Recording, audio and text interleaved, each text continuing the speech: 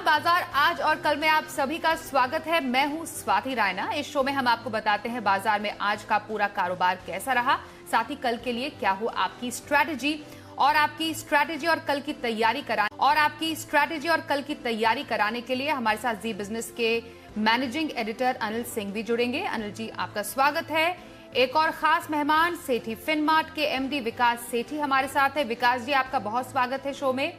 साथ ही पूरी research team परिचय करा दें। आशीष से हम जानेंगे बाजार का आज हाल कैसा रहा, बताएंगे टाटा स्टील को लेकर वो एक बड़ी खबर भी। भारत को लेकर मॉर्गन स्टैनली की रिपोर्ट पर जानकारी हमें देंगे वरुण दुबे। फेस्टिवल सीजन में टू व्हीलर बिक्री से इंडस्ट्री क्यों है निराश, ये भी समझेंगे हम कुशल गुप्ता से। और फाइजर और मॉडर्ना दोनों में से किसकी वैक्सीन बेहतर, ये हमें बताएंगी सृष्टि। बातचीत शुरू करें उससे पहले सबसे पहले जान लेते हैं आज बाजार में कारोबार कैसा रहा। तो कारोबारी हफ्ते के पहले दिन बाजार ने फिर रिकॉर्ड क्लोजिंग दी। निफ्टी 94 अंक चढ़कर 12,874 और सेंसेक्स 315 अंक चढ़कर 43,953 के स्तर पर बंद हुआ। दरअसल कोरोना से इलाज के लिए वैक्सीन आने की खबरों से दुनिया भर के बाजारों में काफी ज्यादा जोश है और इसका असर भारतीय बाजार पर भी साफ देखने को मिल रहा है। बाजार के आज की तेजी का सबसे ज्यादा फायदा दरअसल टाटा ग्रुप को मिला। टाटा ग्रुप के दो जो शेयर है जैसे टाटा स्टील और टाटा मोटर्स बाजार के सुपरस्टार रहे और दोनों शेयर 6% तक चढ़कर बंद हुए।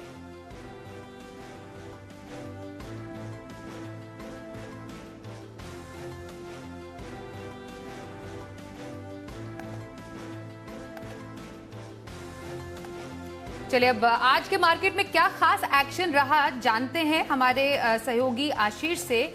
आशीष, आज भी बाजार में जबरदस्त एक्शन देखने को मिला है। कहां पर सबसे ज्यादा मूवमेंट रही, अपसाइड या डाउनसाइड, आपसे समझे सेक्टर स्पेसिफिक। तो देखिए, अच्छे ग्लोबल संकेतों के चलते बाजार में एक स्ट्रॉन्ग गैप अप ओपनिंग देखने को मिली और लगातार हम देख रहे हैं कि बाजार जो है लगातार हाई बना रहा है। निफ्टी में आज 1% के लगभग की तेजी देखने को मिली। निफ्टी बैंक 29,000 के पार निकला। वहीं सेंसेक्स अगर आप देखें तो इंट्राडे बेसिस पर 44,000 के भी पार निकला। सेंसेक्स अच्छी तेजी देखने को मिली। खासतौर पर अगर आप देखें तो एक ब्रॉडर मार्केट पार्टिसिपेशन देखने को मिल रहा है और एक्शन भरपूर है बाजार में। और खासतौर पर वो स्टॉक्स जो हमने आपको जी बिजनेस पर बताए, सबसे पहले आप देखिए टाटा स्टील या आपको स्टॉक सुमित जी और राकेश जी ने बताया था। दिन के दौरान गजब की तेजी स्टॉक में देखने को मिली। इसके अलावा अगर आप देखें तो इंडियन होटल ये स्टॉक आपको राकेश कुणाल चार्ट कर्नर में बताया गया था। गोदरेज प्रॉपर्टीज भसीन साहब ने बताया और बजाज इलेक्ट्रिकल्स आपको पालविया जी ने बताया। दिन के दौरान बढ़िया उछाल यहाँ पर देखने को मिला। सेक्टर स्पेसिफिक एक्शन की बात करें तो बैंकिंग स्टॉक्स लीड में थे। 2% की तेजी निफ्टी बैंक में देखने को मिली और काफी दिनों के बाद स्टेट बैंक ऑफ इंडिया में बड़े मूव्स आते हुए दिखे। 4% से ज्यादा का उछाल यहाँ पर देखने को मिला। एयू बैंक में अगर आप देखें तो रेंज ब्रेकआउट रहा। इंडियन बैंक और इंडेक्स कंट्रीब्यूटर एचडीएफसी बैंक में भी अगर आप देखें तो खरीदारी का रुझान देखने को मिला। एनबीएफसी स्टॉक्स भी हाई बीटा होते हैं और खासतौर पर आप देखिए Chola investments, Bajaj finance, HDFC limited, MNM finance, यहाँ पर बढ़िया खरीदारी देखने को मिली। और रियल एस्टेट स्टॉक्स में भी जो है एक्शन भरपूर होता हुआ दिख रहा है। गोदरेज प्रॉपर्टीज के बारे में मैंने आपको बताया। कोल्टे पाटिल में अच्छा रुझान देखने को मिला। फिनिक्स मिल, शोभा, यहाँ पर भी खरीदारी देखने को मिली।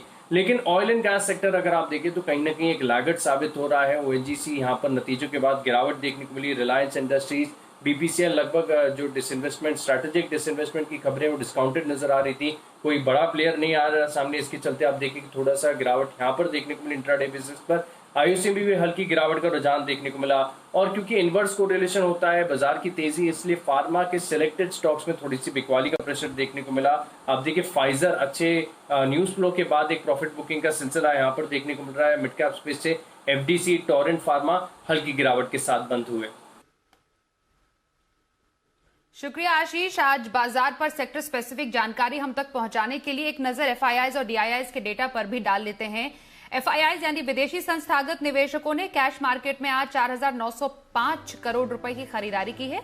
वहीं डीआईआईज यानी घरेलू संस्थागत निवेशकों ने आज 3,829 करोड़ रुपए की बिकवाली की है।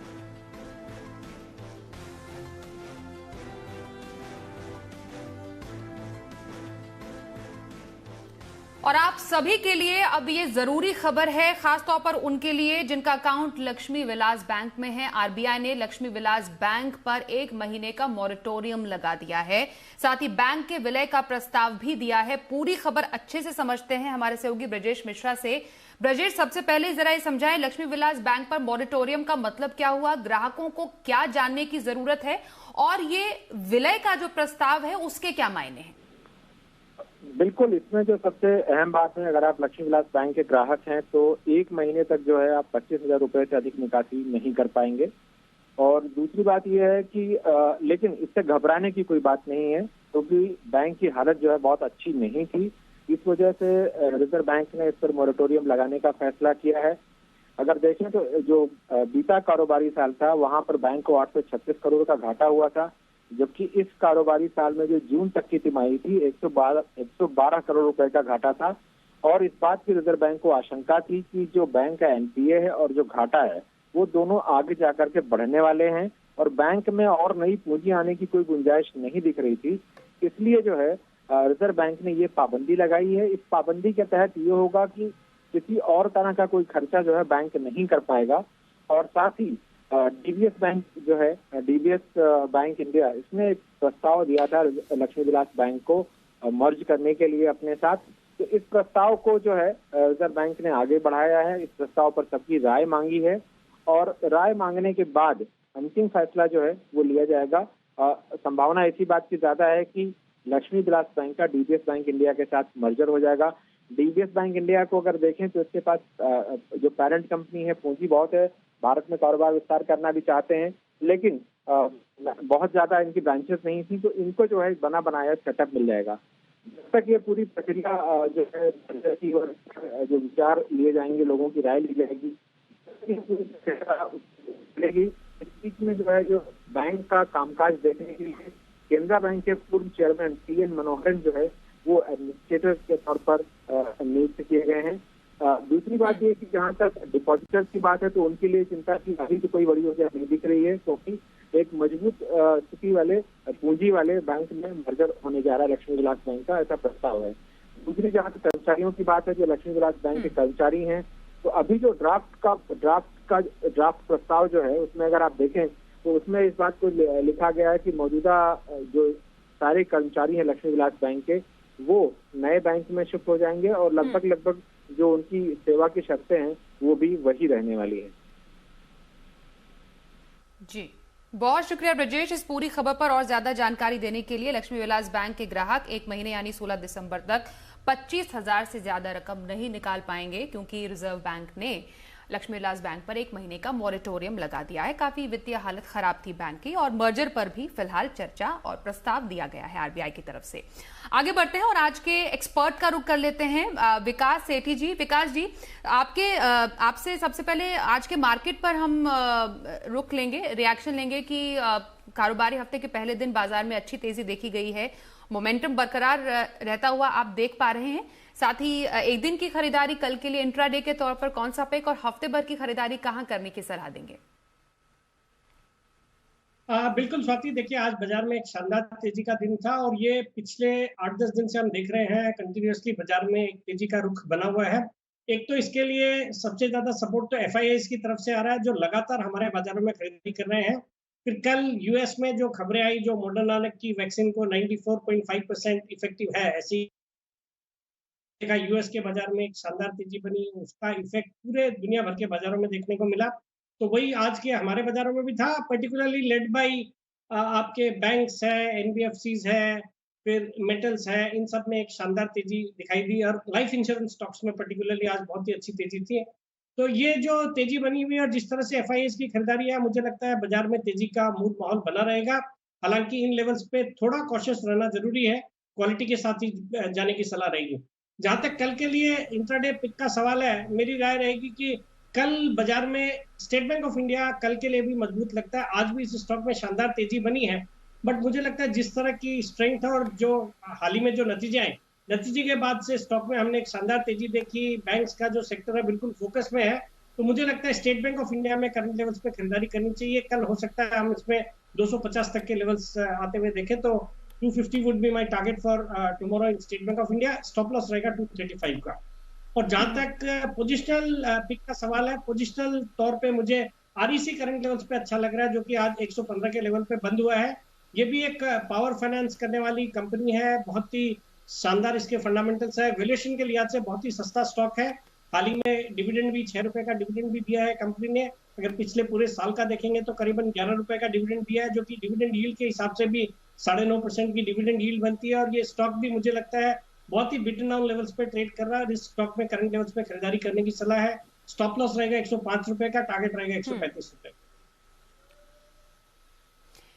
इंट्राडे की खरीदारी एसबीआई में करने की सलाह विकास जी की, और आरईसी में पोजिशनल व्यू रखने की सलाह दे रहे हमारे आज के एक्सपर्ट विकास सेठी। विकास जी आपके पास लौटे उससे पहले एक और खबर का हम रुख करते हैं। सितंबर तिमाही में दमदार नतीजों के बाद टाटा स्टील ने अपने यूरोपीय कारोबार की रीस्ट्रक्चरिंग का ऐलान कर दिया है। क्या इसके मायने हैं, जरा समझते हैं हमारे सहयोगी आशीष चतुर्वेदी से। आशीष जरा बताएं। देखिए, पिछले 4 दिनों में स्टॉक में 18% से ज्यादा का उछाल देखने को मिला है। दमदार नतीजों के साथ मैनेजमेंट ने यह भी बताया कि नीदरलैंड्स इकाई को बेचने के लिए वो एसएसईबी के साथ बातचीत कर रहे हैं। मैं आपको बता दूं कि एसएसईबी जो है स्वीडन के दिग्गज स्टील कंपनी जिसके साथ ये बातचीत कर रहे हैं, प्रॉफिटेबल बिजनेस है इनका नीदरलैंड्स में, जिसको ये बेचकर अपना कर्ज कम करना चाहते हैं। दरअसल अगर आप देखें तो मैनेजमेंट ने बताया कि अभी जो बातचीत है बहुत ही शुरुआती दौर में है और दिसंबर के अंत तक इसका जो ड्यू डिलिजेंस है वो पूरा होते हुए नजर आएगा। अब देखिए, डील काफी ज्यादा अहम हो जाती है टाटा स्टील के लिए, क्योंकि इनके कंसोलिडेटेड लेवल यानी संगठित आधार पर अगर आप देखें तो कंपनी का जो कर्ज है वो 1 लाख करोड़ के पार भी निकल चुका है। और यूरोपियन ऑपरेशंस में हम देख रहे हैं कि लंबे समय से दबाव देखा जा रहा है। हालांकि जो भारतीय जो कारोबार है इसको लेकर कमेंट्री काफी ज्यादा पॉजिटिव आई, लेकिन नीदरलैंड्स की इकाई बिकवाली करेंगे, उसके बाद जो है सरकार से बातचीत करेंगे अपने पोर्ट टैलबर्ट प्लांट के लिए, और वहां पर जब कॉस्ट ऑप्टिमाइजेशन मेजर्स हैं वो अपनाएंगे ताकि जो ऑपरेशनल एफिशिएंसी है वो फर्दर एक इंप्रूव होते हुए नजर आएगी। दरअसल अगर आप देखें तो बाजार जो है काफी ज्यादा उत्साहित है इस डील को लेकर, क्योंकि FY17 में हमने देखा था कि कंपनी ने जो है थाइसन ग्रुप के साथ बातचीत करके एक प्रयास किया था। हालांकि जो यूरोपियन कमीशन है उसने उस पर कुछ रुकावटें लगा दी, इसके लिए जेबी सफल नहीं हो पाया। कर्ज में लगातार बढ़त देखने को मिली। इस बार अगर आप देखें तिमाही आधार पर करीब 8,000 करोड़ का कर्ज भी कंपनी ने कम किया है। तो काफी ज्यादा पॉजिटिव फैक्टर्स टाटा स्टील को निकलकर सामने आ रहे हैं।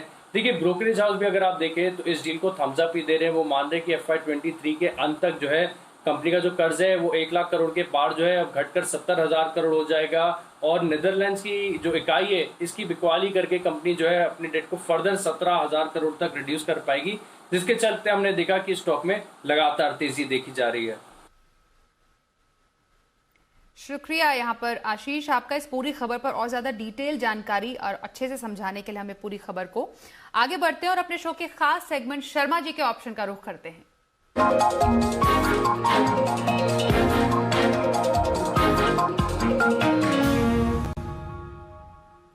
HDFC सिक्योरिटी से बीके शर्मा हमारे साथ जुड़ चुके हैं। शर्मा साहब, बहुत स्वागत है आपका एक बार फिर शो में। आज आप दर्शकों को कल की बम्पर कमाई का कौन सा ऑप्शन बताएंगे? जी नमस्ते स्वाति जी, आपको आपके सभी दर्शकों को। तो आज मैं एक नहीं 2 ऑप्शन सुझाऊंगा। पहला तो वोल्टास जो काफी जोर शोर में चल रहा है और यहाँ पे 780 की नवंबर कॉल मैं सजेस्ट करूंगा 15 रुपए 50 पैसे में लेने के लिए, और स्टॉप लॉस रखें 12 रुपए। इसमें ध्यान रखा जाना चाहिए कि अगर आप आवश्यक नहीं कि 15-50 पे ले, अगर आप 14 पे भी लेंगे 14 पे लीजिए, लेकिन स्टॉप लॉस 12 रुपए ही रखिए। टारगेट आपका 24 रुपए रहेगा। ठीक है। दूसरा है टाटा पावर। टाटा पावर 58 रुपए पे के आसपास क्लोज हुआ है। यहाँ पे 58 रुपए की स्ट्राइक प्राइस की मैं कॉल सजेस्ट कर रहा हूँ नवंबर महीने की। 1 रुपए पैसे पर ली जा सकती है। स्टॉप लॉस रखें 1 रुपए का, टारगेट रहेगा 3 रुपए। यहाँ भी वही कि आवश्यक नहीं कि आप 1.65 पे ही लें। अगर आप इंतजार करें थोड़ा नीचे का 1.50 भी मिले और भी बेहतर है, लेकिन स्टॉप लॉस ध्यान रखिए वो 1 से नीचे नहीं करना है और टारगेट वही रहेगा। धन्यवाद, जय हिंद। शो में अब जानते हैं कल के लिए बाजार पर स्ट्रैटेजी। जी बिजनेस के मैनेजिंग एडिटर अनिल सिंघवी से बात करते हैं। Anil ji, very good evening. आज तो बाजार में दमदार एक्शन देखने को मिला। कल खास तौर पर किन सेक्टर्स पर नजर रखनी चाहिए और निफ्टी और बैंक निफ्टी के अहम लेवल्स क्या होंगे? देखिए, जिस तरह से बाजार नई लगातार छू रहे हैं, मोमेंटम बहुत ही स्ट्रॉन्ग है। हर गिरावट में लोग खरीदारी करते हुए दिख रहे हैं और ग्लोबल मार्केट से भी संकेत कोई खास बुरे नहीं, थोड़ी सी सुस्ती के। और उम्मीद करें कि अगर डाउ आज 50-100 पॉइंट ऊपर नीचे की रेंज में बंद होता है तो भारतीय बाजार अपना कल का जो सेशन है उसमें मोमेंटम और आगे बढ़ाते हुए नजर आएंगे। बैंक निफ्टी डेफिनेटली कल भी एक्शन में रहेगा और जिस तरह से 29,000 के ऊपर की आज बैंक निफ्टी में क्लोजिंग मिली है, मुझे लगता है बैंक निफ्टी 29,500 29,550 के आसपास जाने की तैयारी में। अब जो बैंक निफ्टी पर सपोर्ट के तौर पर काम करेगा वो होगा 28,700 से 28,850 की रेंज। कल ये मजबूत सपोर्ट के तौर पर रहेगी और मुझे लगता है कल भी बैंकिंग शेयर एक्शन में रहने चाहिए। जहां तक निफ्टी का सवाल है 12,750 12,800 अब कल के लिए मजबूत सपोर्ट के तौर पर निफ्टी पर काम करेगा और ऊपरी स्तर पर 12,975 से 13,025 ये वो रेंज होगी जहां तक निफ्टी जाने की कोशिश कर सकता है। खरीदारी लगातार होती दिख रही है, मुझे लगता है अब यहाँ से और आगे बढ़ाने की और 13,000 तक ले जाने की जिम्मेदारी बैंक निफ्टी की और बैंकिंग शेयरों की होगी, क्योंकि निफ्टी अपने लगातार लाइफ टाइम हाई बना रहा है लेकिन बैंक निफ्टी अब भी अपने लाइफ टाइम हाई से कुछ दूर है।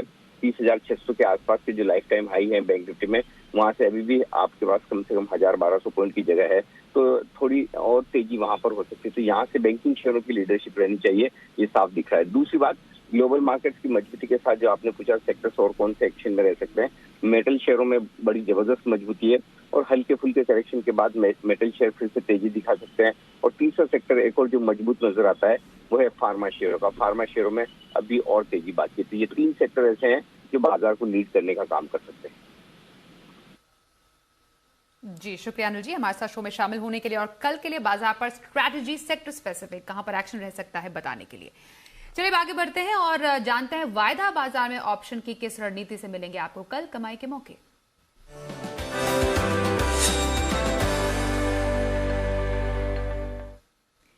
हमारे साथ फोन लाइन पर जुड़ चुके हैं एक्सिस सिक्योरिटीज के राजेश पालविया। राजेश जी बहुत स्वागत है आपका शो में। कल ऑप्शन के जरिए कहां पर मौके बनेंगे sir? Good evening Swati ji. देखिए आज भी जिस तरीके से मार्केट ने मोमेंटम अपना कंटिन्यू रखा और मार्केट बुलिश साइड में ही ट्रेड कर रहे हैं, ग्लोबल क्यूज भी पॉजिटिव है, डेटा भी देखें, डेरिवेटिव डेटा भी देखें तो पुट राइटर्स काफी एग्रेसिव है। लोअर स्ट्राइक प्राइस पे 12,700 12,800 की स्ट्राइक पे भी आज पुट राइटिंग की एक्टिविटी काफी एग्रेसिव देखने को मिली। तो इससे कहीं ना कहीं ये क्लियरिटी आती है कि मार्केट को यहाँ से और ऊपर की तरफ मूव होना है और हम बहुत नजदीक है 13,000 के एक साइकोलॉजिकल लेवल के पास। तो हमें लगता है कि मार्केट अब यहाँ से और मोमेंटम तेजी का बनाएगा और यहाँ से 13,000 के लेवल हम बहुत जल्द देखने को मिलेंगे। तो कल के सेशन में हम 12,900 का कॉल ऑप्शन बाय करने की सलाह देंगे जो कि इसी वीक की एक्सपायरी का है। आज क्लोज हुआ है 52 के आसपास। इसमें स्टॉप लॉस रखेंगे 30 रुपीज का। टारगेट हम प्रोजेक्ट कर रहे हैं 85 से 95 के। तो मोमेंटम और जिस तरीके से बैंकिंग स्टॉक बैंक निफ्टी और निफ्टी में बना हुआ है तो हमें लग रहा है कि 12,900 का कॉल ऑप्शन बाय किया जा सकता है ये एक्सपायरी का और उसमें अच्छे प्रॉफिट बनने के चांसेस हैं। स्टॉक स्पेसिफिक बात करें तो हमें जो स्टॉक कल के सेशन के लिए अट्रैक्टिव लग रहा है वो है ग्रेसिम। ग्रेसिम में देखें तो पिछले दिनों में काफी अच्छा एक्यूमुलेशन देखने को मिला। जिस तरीके के इसके सेटअप है हमें लगता है ग्रेसिम कल के सेशन में बाय करना चाहिए। 865 के टारगेट हमें लगता है कल आते हुए दिखना चाहिए। 830 के स्टॉप लॉस से ग्रेसिम बाय करने की भी सलाह देंगे। शुक्रिया राजेश जी कल के लिए ऑप्शन की स्ट्रैटेजी हम तक पहुंचाने के लिए आपका। आगे बढ़ते हैं और अंत में विकास जी आपसे हम लॉन्ग टर्म की स्ट्रैटेजी जानना चाहेंगे, किस स्टॉक में रखने की आज सलाह देंगे? बिल्कुल स्वाति, जो लॉन्ग टर्म के लिए आज स्टॉक रिकमेंड करने जा रहा हूँ वो एक दिग्गज पेंट कंपनी है। ये एक लीडिंग पेंट और कोटिंग्स बनाने वाली कंपनी है। कंपनी का नाम है एक्सो नोबेल। एक एमएनसी कंपनी है, हेडक्वार्टर्स है हॉलैंड में और एक बहुत ही शानदार कंपनी है। सितंबर क्वार्टर के नतीजे बेहद ही शानदार थे। कंपनी ने जो प्रॉफिट पोस्ट किया वो था करीबन 66.28 करोड़ का, जो कि पिछले साल के 49.25 करोड़ के मुकाबले काफी एक रोबस्ट ग्रोथ दर्ज करी है। और ये जो परफॉर्मेंस है इसमें खास योगदान था, एक तो रॉ मटेरियल कॉस्ट काफी कम हुए, जो क्रूड के दामों में गिरावट आई है उसका फायदा देखने को मिला। फिर कंपनी ने कई कॉस्ट कंट्रोल मेजर्स भी लिए हैं और बाकी जिस तरह से ऑटो सेक्टर में डिमांड में रिवाइवल हुआ है उसका एक फायदा देखा जा रहा है। फिर रियल एस्टेट सेक्टर में भी बहुत अच्छी डिमांड चल रही है तो उसका भी पेंट कंपनीज को फायदा होना है। और बाकी फंडामेंटली एक सॉलिड कंपनी है, अच्छे ऑपरेटिंग प्रॉफिट मार्जिन है, रिटर्न ऑन इक्विटी अराउंड 20% का है, return on capital employed around 24.5%, एक जीरो डेट कंपनी है। इस स्टॉक पे मैं लॉन्ग टर्म के लिहाज से बुलिश हूँ। मुझे लगता है करंट लेवल्स जो कि आज ये 2030 के आसपास बंद हुआ है यहाँ पे खरीदारी करनी चाहिए। मेरा इसमें 9 से 12 महीने का 2700 रुपए का टारगेट। साल भर का नजरिया एक्सो नोबेल में रखने की सलाह विकास सेठी जी की। विकास जी बहुत शुक्रिया हमारे साथ शो में शामिल हुए। साथ ही हमारे तमाम रिसर्च एनालिस्ट हम तक खबर की और डिटेल्स और रिसर्च पहुंचाने के लिए आप सबका बहुत शुक्रिया। फिलहाल आज के शो में बस इतना ही। कल फिर से होगी मुलाकात, बताएंगे कमाई के ढेरों मौके। सुबह 7 बजे से जरूर जुड़िए जी बिजनेस के साथ बाजार का लाइव एक्शन देखने के लिए। फिलहाल दीजिए इजाजत, नमस्कार।